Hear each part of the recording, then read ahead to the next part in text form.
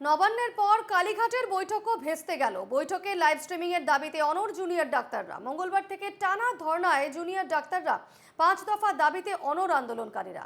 নবান্নের পর কালীঘাটের বৈঠকও ভেস্তে গেল। আমরা জানি গতকাল মুখ্যমন্ত্রীর বাসভবনে তাদের বৈঠক করার কথা ছিল মুখ্যমন্ত্রীর সঙ্গে জুনিয়র চিকিৎসকদের, এবং সেই বৈঠকে কিন্তু তারা যোগ দেওয়ার জন্য গিয়েছিলেন। ঠিক 6:45 নাগাদ তারা পৌঁছন কালীঘাটে এবং অঝোরে বৃষ্টি পড়ছিল। তখন তারা দাঁড়িয়েছিলেন মুখ্যমন্ত্রীর বাড়ির বাইরে। যখন তাদের সঙ্গে কথা বলা হলো, যারা শীর্ষস্থানীয় অধিকর্তারা ছিলেন বা যারা পদস্থ কর্তারা ছিলেন, তারা যখন কথা বললেন লাইভ স্ট্রিমিংয়ের কোনো ব্যবস্থা করা হয়নি বা লাইভ স্ট্রিমিং হবে না, এমনটাই কিন্তু সাফ জানিয়ে দেওয়া হলো।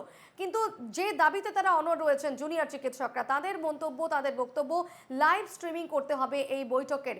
এবং এই লাইভ স্ট্রিমিংয়ের জট কিন্তু এখনও কাটলো না। ফলে যে বৈঠক আমরা দেখেছিলাম নবান্নে, যে বৈঠক লাইভ স্ট্রিমিংয়ের কারণে ভেস্তে গিয়েছিল, গতকাল কালীঘাটেও কিন্তু সেই একই কারণে ভেস্তে গেল জুনিয়র চিকিৎসকদের সঙ্গে মুখ্যমন্ত্রীর বৈঠক।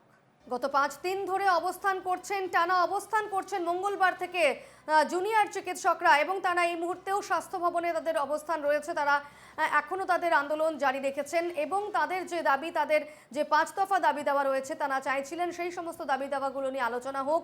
তারা মুখ্যমন্ত্রীর সামনে সেই দাবি দাওয়াগুলো রাখতে চাইছিলেন। তবে যে বিষয়টি কারণে বৈঠক ভেস্তে গেল সেটি হচ্ছে লাইভ স্ট্রিমিং, এবং সেই যে লাইভ স্ট্রিমিং বা সরাসরি সম্প্রচারের কারণে যে নবান্নের যে বৈঠক হবার কথা ছিল সেই বৈঠকও ভেস্তে গিয়েছিল। এবং গতকাল কালীঘাটে মুখ্যমন্ত্রীর বাসভবনে যে বৈঠক হবার কথা ছিল সেই বৈঠকও লাইভ স্ট্রিমিংয়ের কারণে ভেস্তে গেল। নবান্নের পর ভেস্তে গেল কালীঘাটের বৈঠকও, এবং লাইভ স্ট্রিমিংয়ের দাবিতে অনড় জুনিয়র ডাক্তাররা। তাদের যেমনটা দাবি, তারা জানাচ্ছিলেন যে লাইভ স্ট্রিমিং করতে হবে এই বৈঠকের। তবে শেষ পর্যন্ত তাদের বৈঠকে লাইভ স্ট্রিমিং করা হলো না। মুখ্যমন্ত্রী সাফ জানিয়ে দিলেন, যেহেতু মামলা এখনো বিচারাধীন রয়েছে, সুপ্রিম কোর্টে মামলা এখনো চলছে, সেই কারণে বৈঠকে লাইভ স্ট্রিমিং করা যাবে না। এবং সুপ্রিম কোর্ট থেকে পারমিশন পেলে ভিডিও রেকর্ডিং করা হবে, তবে সেই ভিডিও রেকর্ডিং তাদের হাতে তুলে দেওয়া হবে না এই মুহূর্তে। সুপ্রিম কোর্টের পারমিশন পেলে তবেই ভিডিও রেকর্ডিং জুনিয়র চিকিৎসকদের হাতে তুলে দেওয়া হবে। তবে সব শেষে কিন্তু রাত 9টা অবধি অপেক্ষা করেও ভেস্তে গেল কালীঘাটের মুখ্যমন্ত্রীর সঙ্গে জুনিয়র চিকিৎসকদের বৈঠক। টানা মঙ্গলবার থেকে আন্দোলনে রয়েছেন জুনিয়র চিকিৎসকরা, এবং এই মুহূর্তেও তারা অবস্থানে রয়েছেন স্বাস্থ্য ভবনের সামনে। তাদের 5 দফা দাবি এখনো রয়েছে, তারা সেই দাবিতে এখনো অনড় রয়েছেন। তবে গতকাল কিন্তু আশা করা হয়েছিল যে মুখ্যমন্ত্রী যখন এসেছিলেন স্বাস্থ্য ভবনে, জুনিয়র চিকিৎসকদের একগুচ্ছ বার্তা দিয়েছেন তিনি।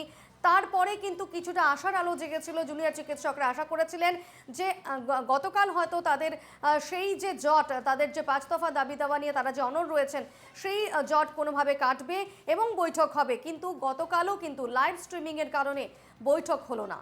এই মুহূর্তে আমাদের সঙ্গে সরাসরি রয়েছেন স্বাস্থ্য ভবনের সামনে থেকে প্রতিনিধি সুস্মিত মজুমদার। সুস্মিত, টানা মঙ্গলবার থেকে অনড় রয়েছেন, তাদের 5 দফা দাবি দেওয়া নিয়ে অবস্থান করছেন জুনিয়র চিকিৎসকরা। গতকালও ভেস্তে গেল তাদের কালীঘাটের বৈঠক। কি জানাচ্ছেন এই মুহূর্তে তারা? এই মুহূর্তে তাদের কি পরিস্থিতি, কি ছবি সেখানে? দেখো, একেবারেই আজ ষষ্ঠ দিন, অর্থাৎ 6তম দিন, এবং তারা কিন্তু তাদের যে আন্দোলন, তাদের যে দাবি দাওয়া, সেই জায়গাতে তারা অনড় রয়েছেন। এখন কিন্তু তারা গানে বাজনায় তারা প্রতিবাদ করছেন এই সমস্ত সময়ের জন্য। অর্থাৎ গতকাল তাদের যে প্রোগ্রাম ছিল, তাদের সঙ্গে যে মুখ্যমন্ত্রীর যে বৈঠক হওয়ার কথা ছিল, লাইভ স্ট্রিমিংয়ের কথা হয়েছিল, সেটা নিয়ে যখন ভেস্তে গিয়েছে, তারপর থেকে কিন্তু তারা তাদের দাবি দাওয়াতে অনড়। এখন কিন্তু তুমি দেখতে পাচ্ছ যে চিত্র সকাল হয়ে গিয়েছে।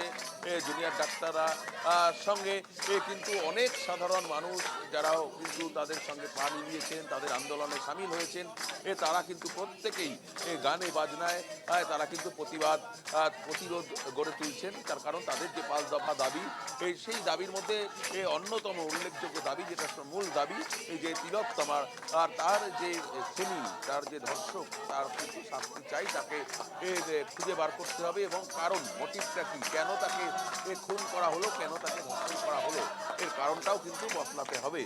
সেই কারণে তারা কিন্তু প্রত্যেকের কাছে, শুধুমাত্র রাজ্য সরকার নয়, সিবিআইয়ের কাছেও কিন্তু তারা দাবি রাখছে।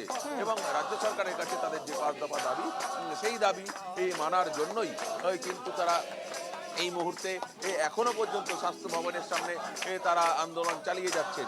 যে আন্দোলন আরজিকর হাসপাতালের সামনে ছিল, ও যেই আন্দোলন সমস্ত সমস্ত হাসপাতালের বাইরেটায় জুনিয়র ডাক্তাররা তারা চালিয়ে যাচ্ছিলেন এবং সেই আন্দোলন একটা সময় যেদিন লালবাজার অভিযান হয় বিনীত গোয়েলের পদত্যাগ তারা দাবি করেন এবং সেই সব পথ এসে মিলে যায় বিবি গাঙ্গুলি স্ট্রিটে অর্থাৎ লালবাজারের সামনে যেখানে তাদের বাধা দেওয়া হয়। পরবর্তীকালে কিন্তু তারা সেই জায়গা থেকে সরে আসেন এবং তারপর তারা লালবাজার থেকে সরে তারা সরাসরি কিন্তু সুস্মিত, এই ঘটনার প্রায় 34-35 দিন পার হয়ে গিয়েছে, তার মাঝে বেশ কয়েকবার বৈঠকের জন্য তোড়জোড় করা হয়েছিল, কিন্তু প্রত্যেকবারই কিছু না কিছু কারণে, বিশেষ করে লাইভ স্ট্রিমিং এর কারণে বৈঠক ভেস্তে গিয়েছে। এবং যে আমরা এই মুহূর্তের যে জানতে পারছি যে গতকাল গ্রেফতার করা হয়েছে সন্দীপ ঘোষকে ধর্ষণ এবং খুন মামলায়, পাশাপাশি টালা থানার ওসিকেও গ্রেফতার করা হয়েছে। এই যে গ্রেফতারির পর তারা কতটা আশার আলো দেখতে পাচ্ছেন?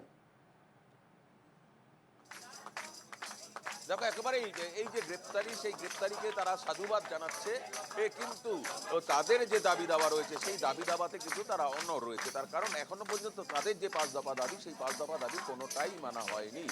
তার কারণ যে দাবি নিয়ে তারা বিনীত গোয়েলের পদত্যাগের জন্য তারা লালবাজার বিবি গাঙ্গুলি স্ট্রিটে গিয়েছিল, সেই একই রকম ভাবে সেই 5 দফা দাবির মধ্যে কিন্তু বিনীত গোয়েলের পদত্যাগ এখানে রয়েছে। সেই কারণে যেটা প্রত্যেকটা হাসপাতালের গোড়ায় গোড়ায় ছিল, অর্থাৎ মূল গেটে গেটে ছিল, প্রত্যেকটা জুনিয়র ডাক্তার তারা আন্দোলন চালিয়ে যাচ্ছিল।